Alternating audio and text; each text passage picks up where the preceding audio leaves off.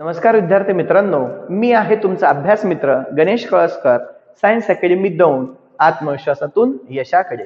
मित्रांनो, आज आपण some basic concepts of chemistry या चॅप्टरचा पुढील भाग अभ्यासणार आहोत. तर तुम्हाला आठवत असेल तर पहा, आपण पाठीमागील लेक्चरमध्ये काही महत्त्वाच्या व्हॅल्यूज पाहिल्या होत्या की ज्यामध्ये पहिली व्हॅल्यू होती आपली mass of one atom of carbon 12. आणि मित्रांनो, ती जी व्हॅल्यू आपण घेतली होती ती होती 1.99268 into 10⁻⁻23 ग्रॅम. ओके, आपण जी सेकंड व्हॅल्यू पाहिली होती ती होती ॲव्होगॅड्रोज नंबर किंवा याला म्हणलं जातं ॲव्होगॅड्रोज कॉन्स्टंट, आणि त्याची व्हॅल्यू होती 6.022 into 10⁻23.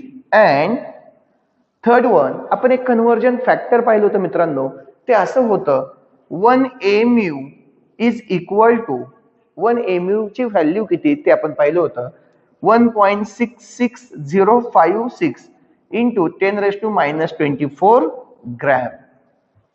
तर मित्रांनो, अशा प्रकारे काही महत्त्वाच्या व्हॅल्यूज आपण पाठीमागील लेक्चरमध्ये अभ्यासलेल्या होत्या. ठीक आहे, आज आपण हे जे शेवटचं जे आपण रिलेशन सांगतोय यावरती एक न्यूमेरिकल अभ्यासणार आहोत, आणि ते या प्रकारे असेल. Mass of an atom of oxygen in gram.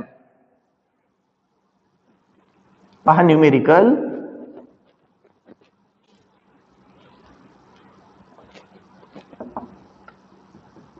mass of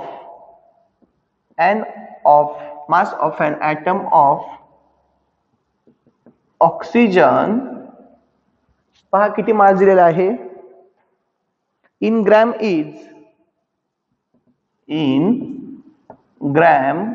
is 26.56896 26.56896 into 10⁻⁻24 gram. Okay, what is the atomic mass of oxygen you. आपल्याला काय फाइंड आउट करायचंय पहा, what is the mass of oxygen in you. मित्रांनो, you म्हणजे आपण याला म्हणत असतो युनिफाईड मास. ठीक आहे, तुम्हाला लास्ट रिलेशन लक्षात आलेलं आहे 1 mu is equal to 1.66056 into 10⁻⁻24 gram, म्हणजे 1 mu ॲटॉमिक मास युनिट. यालाच आपण डाल्टन, यालाच आपण युनिफाईड मास असे म्हणत असतो. तर 1 mu म्हणजेच किती ग्रॅम असतात 1.66056 into 10⁻⁻24 ग्रॅम असतात. आता पहा, आपल्याला जे न्यूमेरिकल दिलेलं आहे याच्यामध्ये mass of an atom of oxygen in gram is, तुम्हाला ग्रॅम मध्ये मास दिलेला आहे. ऑक्सिजन या ॲटमचं मास कशामध्ये दिलेलं आहे तुम्हाला ग्रॅम मध्ये, आणि ते कशामध्ये कन्वर्ट करायचं तुम्हाला. What is the mass of oxygen in you. मित्रांनो, यू म्हणजे युनिफाईड मास किती, यू म्हणजेच mu म्हणजेच आपला डाल्टन. ठीक आहे, आता मी याला पहा कसं सॉल्व्ह करतोय. ही व्हॅल्यू लक्षात राहील आपल्या 1 mu is equal to 1.66056 into 10⁻⁻24 gram. पहा सोल्युशन मध्ये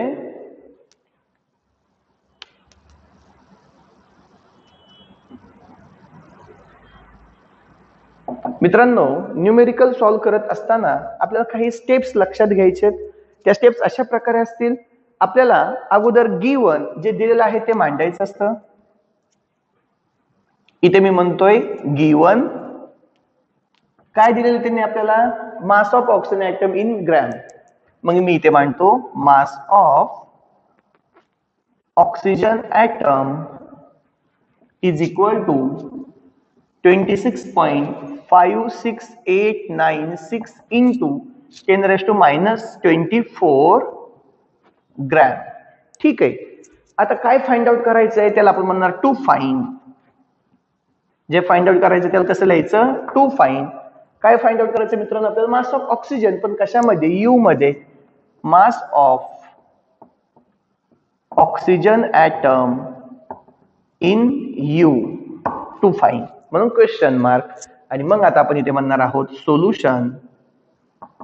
आपल्याला माहित आहे सिन्स, आता मी त्याला तो जो आपला फॉर्म्युला होता तो मुद्दा मी इथे मांडतोय. हे पहा, तो फॉर्म्युला असा होता 1 AMU म्हणजेच 1U, त्याला आपण युनिफाईड मास असे म्हणत असतो, is equal to 1.66056 into 10⁻⁻24 gram. हे कन्व्हर्जन तुम्हाला माहिती आहे. मग आता पहा, आपल्याला ग्रॅम मध्ये मास दिलेला आहे आणि फाइंड आउट कशामध्ये करायचंय? आपल्याला यू मध्ये फाइंड आउट करायचंय. कन्फ्युजन करायचं नाही.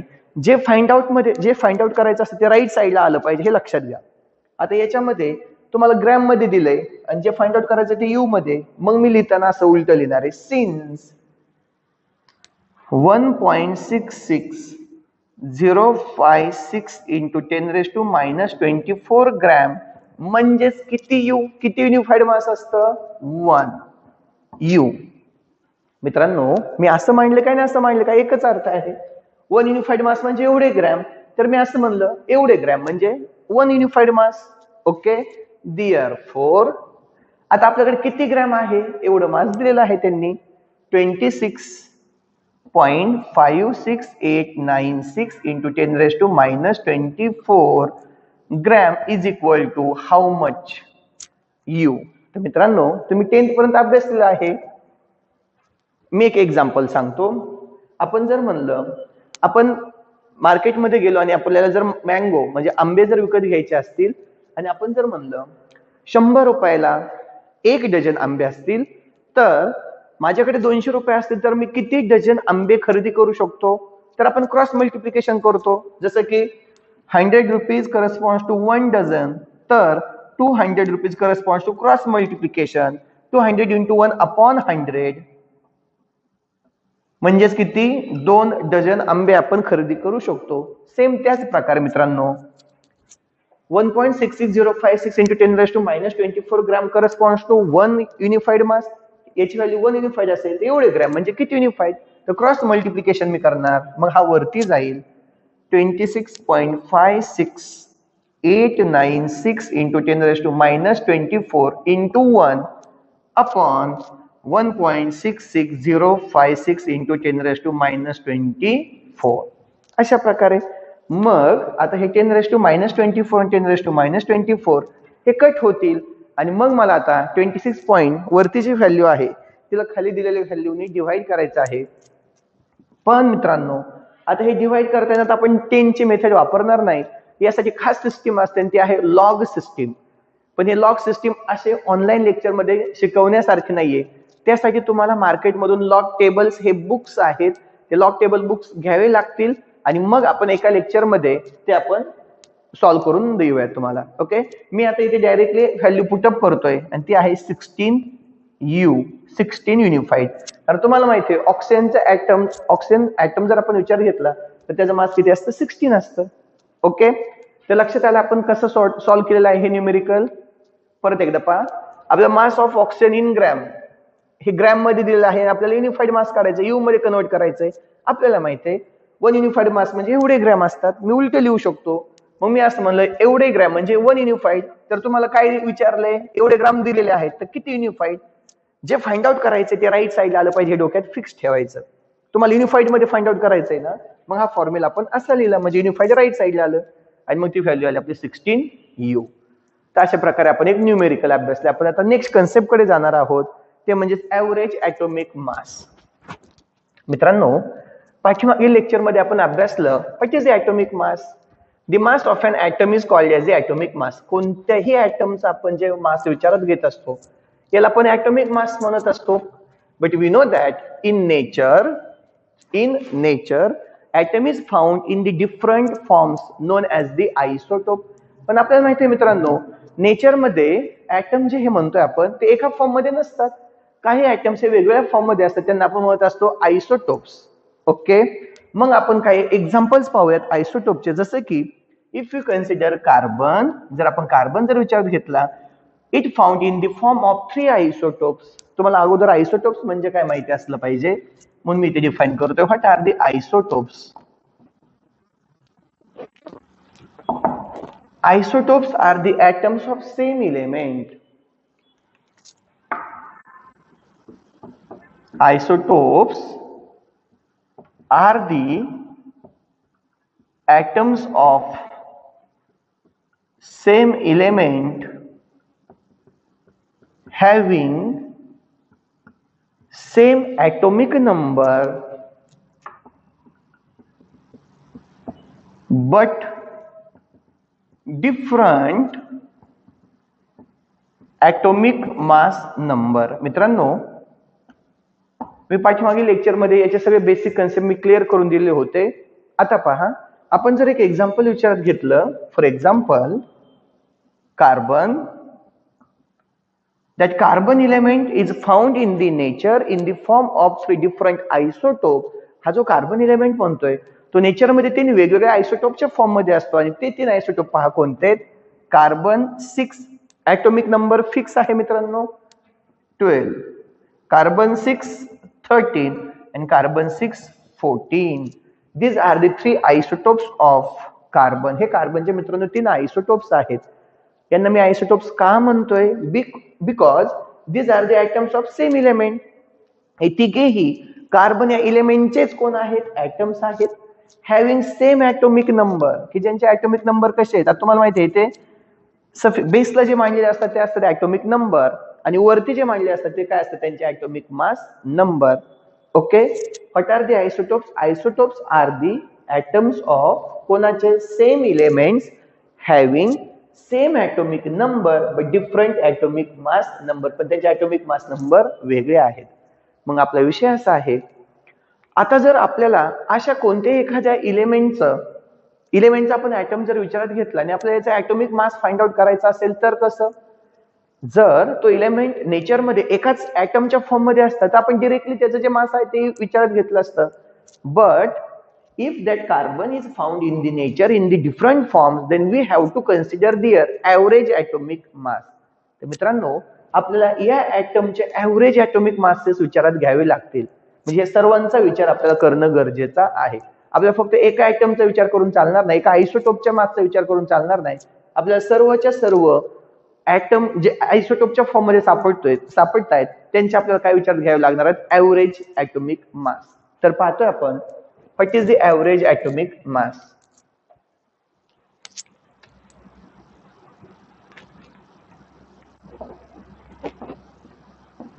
मित्रांनो, ॲव्हरेज म्हणतोय आपण. पहा, मी त्यासाठी मुद्दाम अगोदर एक इन्फॉर्मेशन तुमच्या समोर मांडतोय, जसं की आयसोटोप्स ऑफ कार्बन. मी कार्बनच्या आयसोटोपचा विचार करतोय. Their atomic masses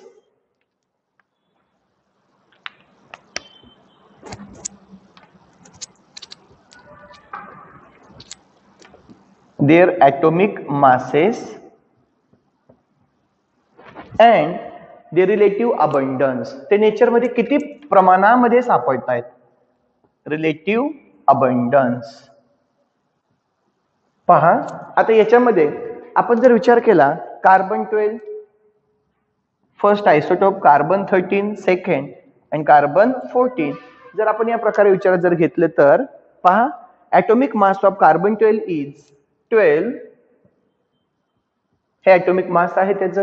atomic mass of carbon 13 is 13. पहा, याचा atomic mass 13.00335 00335 and atomic mass of carbon 14 is 14.00317. तर अशा प्रकारे त्यांचे ॲटॉमिक मासेस आहेत.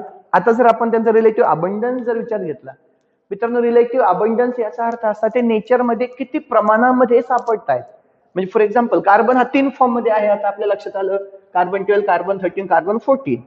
ओके, मग आता कार्बन 12 हे टोटल पैकी किती प्रमाणामध्ये आहे? कारण टोटल तर आपण किती कन्सिडर करणार? 100. हे तिघांचं फॉर एक्झाम्पल मित्रांनो, तुम्ही आता 10 ची एक्झाम दिलेली आहे, तुम्ही कन्सिडर करा 5 पेपरचा विचार केला, 5 पेपरचा, आउट ऑफ 500, बरोबर आहे. 100 मार्क्सचा प्रत्येक पेपर कन्सिडर केला, टोटल 500. ओके, एक सब्जेक्ट विचारात घेतला तर आउट ऑफ 100 विचारात घेणार.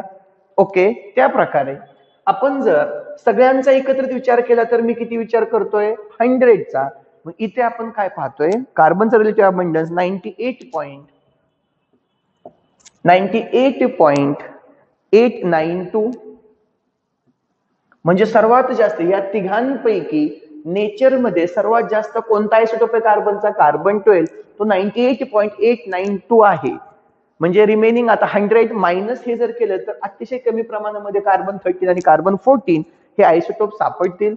1.108 हा असेल आपला कार्बन 13 अँड 2.10⁻⁻10 म्हणजे हा अगदी ट्रेसेस अतिशय कमी प्रमाणामध्ये असणारे कार्बन 14.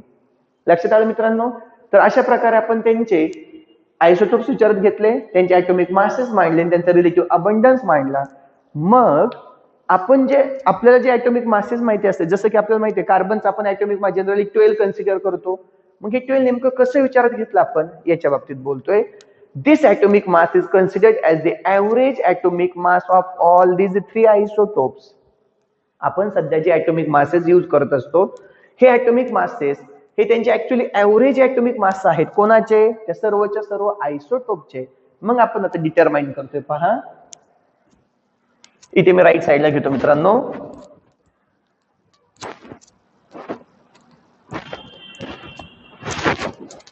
आता मी मांडतोय formula to determine the average atomic mass.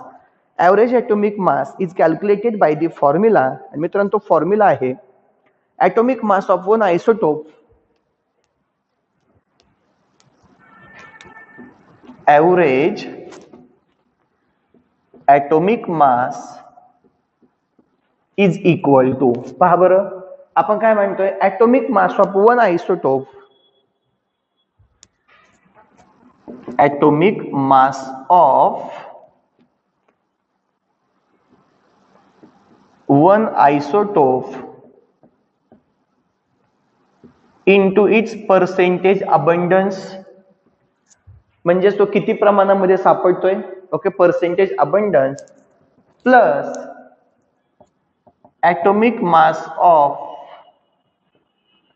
Other isotope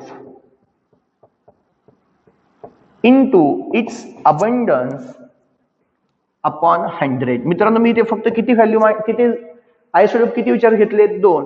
असे जर 3 असतील तर आपण तिघे घेणार, 4 असतील तर 4 घेणार. तर आता लक्षात घ्या कार्बनचे आयसोटोप किती? 3. म्हणजे इथे मला तिसरे सुद्धा टर्म मांडावी लागेल plus atomic mass of another isotope into its percentage relative percentage is equal to. पहा आता मग आता मला सांगा ॲटॉमिक मास ऑफ कार्बन 12 मी इथे कसं मांडतोय? कार्बन 12 चा ॲटॉमिक मास किती? 12 इनटू इट्स पर्सेंटेज अबंडन्स किती आहे? 98.892 प्लस पहा atomic mass of other isotope या कार्बन 13 चा ॲटॉमिक मास किती? 13.00335 into its percentage abundance 1.108 plus करायचे ऍक्च्युअली आयसोटोप आहेत किती? 3. म्हणून मी तिघांचाही विचार करणार आहे. आणखी एक plus atomic mass of the carbon 14.00317 into its relative abundance 2 into 10 raised to minus 10 upon 100.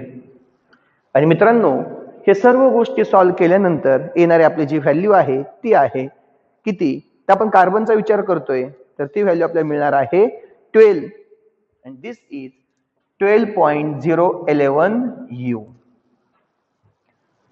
हे जे मी सॉल्व्ह केलेलं आहे याच्यातून एवढंच सांगणं आहे फक्त मित्रांनो तुम्हाला, आपण आता 9th मध्ये तुम्ही अभ्यासलं, 10th मध्ये अभ्यासलं, कार्बनचा विचार केला की तुम्ही डायरेक्ट काय म्हणायचे? कार्बनचा ॲटॉमिक मास आहे 12. तुम्हाला ऑक्सिजनचा विचारलं तुम्ही किती सांगता? 16. बट ऍक्च्युअली ते ॲटॉमिक मास कसे फाइंड आउट केले हे लक्षात आलं. As we know that if you consider any element, it is found in the different isotopic form in the nature. तो जो एलिमेंट असतो तो नेचर मध्ये वेगवेगळ्या आयसोटोपच्या फॉर्म मध्ये सापडत असतो. मग जे आपण आज ॲटॉमिक मास कोणाचे विचारात घेतो ते ॲटॉमिक मास कोणते एका ॲटमचं किंवा कोणते एका आयसोटोपचं असतं का? नाही, तर ते ऍटोमिक मास फाइंड आउट केलं जात असतं त्या सर्व आयसोटोपच्या ऍटोमिक मासचा आणि त्यांच्या रिलेटिव्ह अबंडन्सचा विचार करून. आणि तो फॉर्म्युला काय सांगितला आपण, तो आहे average atomic mass is equal to atomic mass of one isotope into its abundance plus atomic mass of another isotope into its abundance. मग किती त्याच्यावरती डिपेंडंट, अपॉन 100. आणि त्यानुसार आपण ते फाइंड आउट केलेलं आहे. मी मुद्दाम एक एक्झाम्पल घेणार आहे, पहा. आपण फॉर एक्झाम्पल निऑनचा विचार केला मित्रांनो. Neon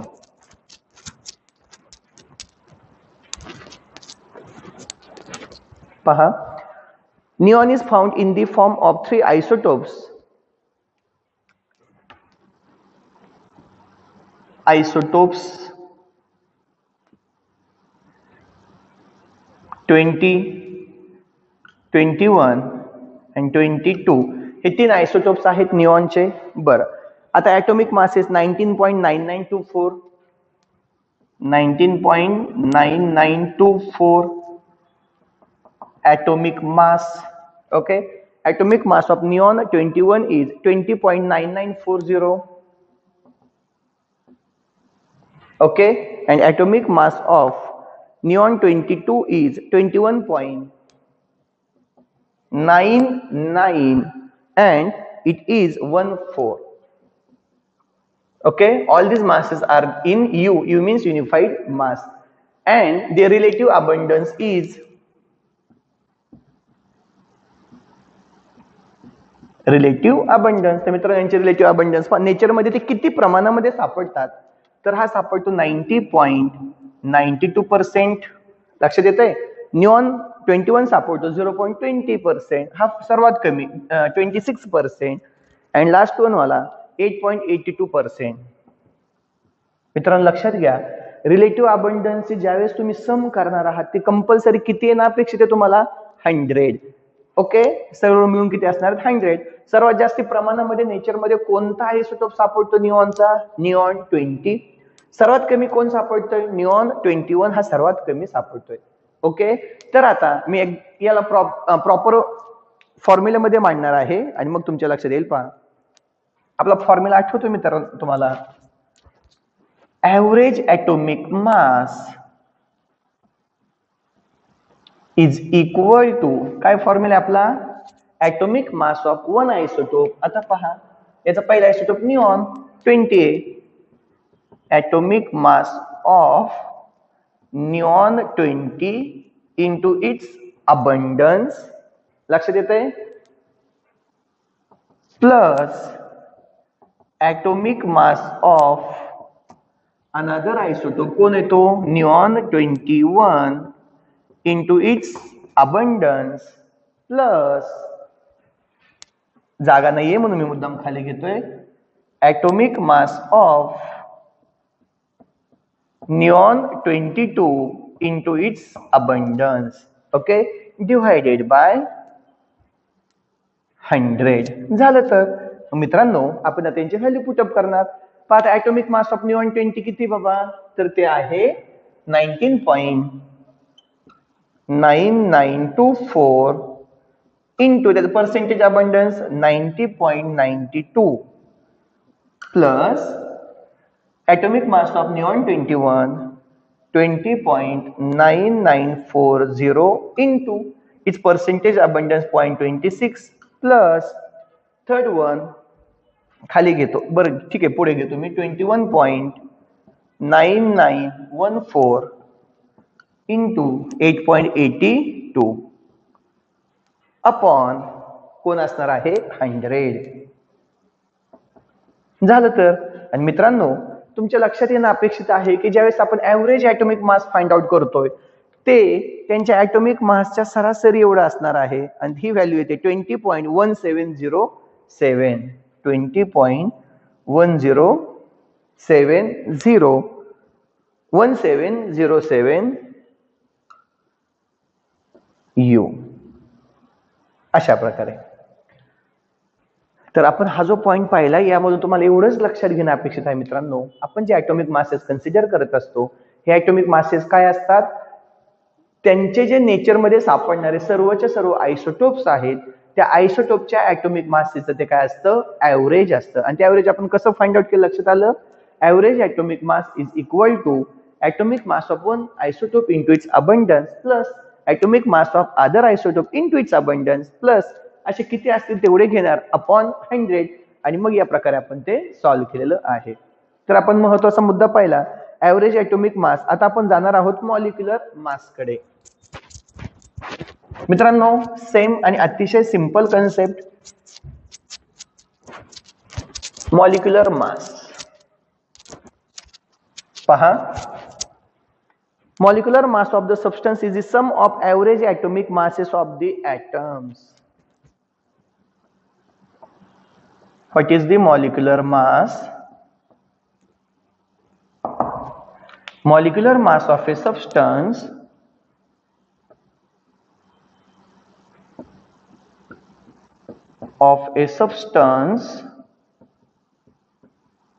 is the sum of कोणाचे sum? Average atomic mass of कोणाचे ॲव्हरेज ॲटॉमिक मास म्हणतोय मित्रांनो आपण? Average atomic masses of the atoms of masses of the atoms of all the elements which constitute the molecule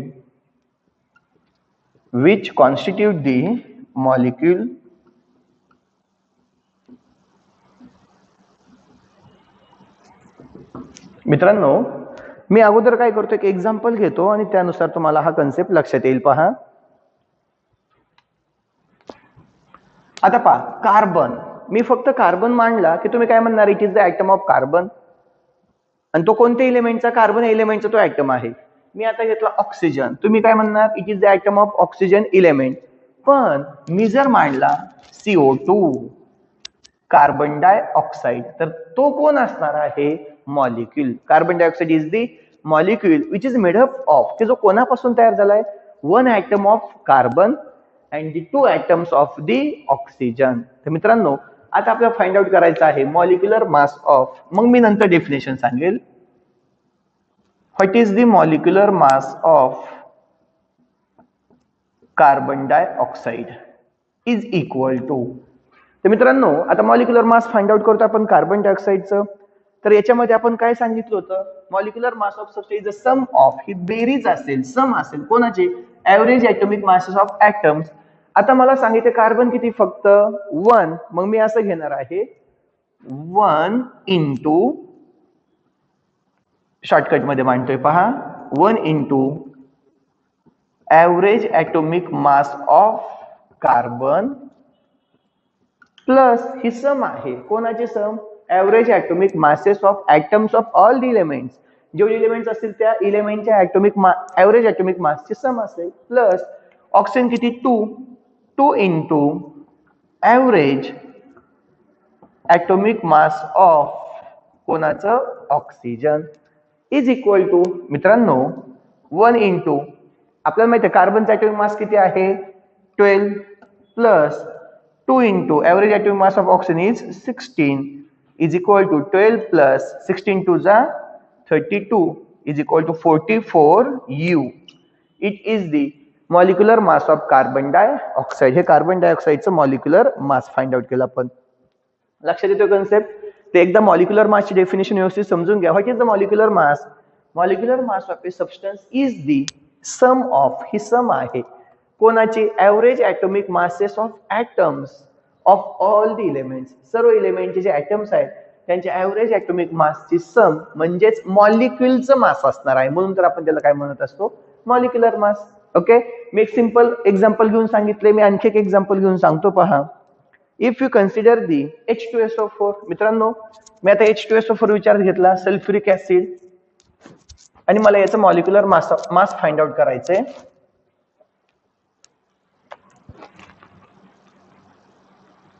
molecular mass of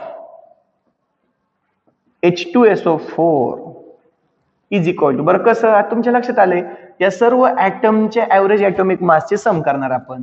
हे पहा, 2 into average atomic mass of hydrogen plus sulphur किती, 1 into average atomic mass of sulphur plus आता oxygen किती, 4 into average atomic mass of oxygen. अशा प्रकारे is equal to, तर 2 into आता हायड्रोजनचा atomic mass किती, 1 plus 1 into average atomic mass of sulphur किती आहे, 32 plus 4 into average atomic mass of oxygen किती आहे, 16 इज इक्वल टू 2 1 जा 2 प्लस 32 1 जा 32 प्लस 16 4 जा 64 is equal to 2 plus 2 plus 4 plus 4 8 6 plus 3 9 98 U, and this is the average atomic mass of the sulfuric acid. तर हे sulphuric ऍसिडचं average atomic mass आहे. मित्रांनो, तुम्हाला आता मी होमवर्क साठी काही न्यूमेरिकल देतोय, ते तुम्ही सॉल्व्ह करून ग्रुपवरती सेंड करायचे आहेत. ते या प्रकारे homework, find the molecular masses of following substances. मित्रांनो, यामध्ये H2O हा एक फाइंड आउट करायचा तुम्हाला, carbon monoxide, third one HNO3, इथे मी खाली लिहितोय atomic mass, average atomic mass of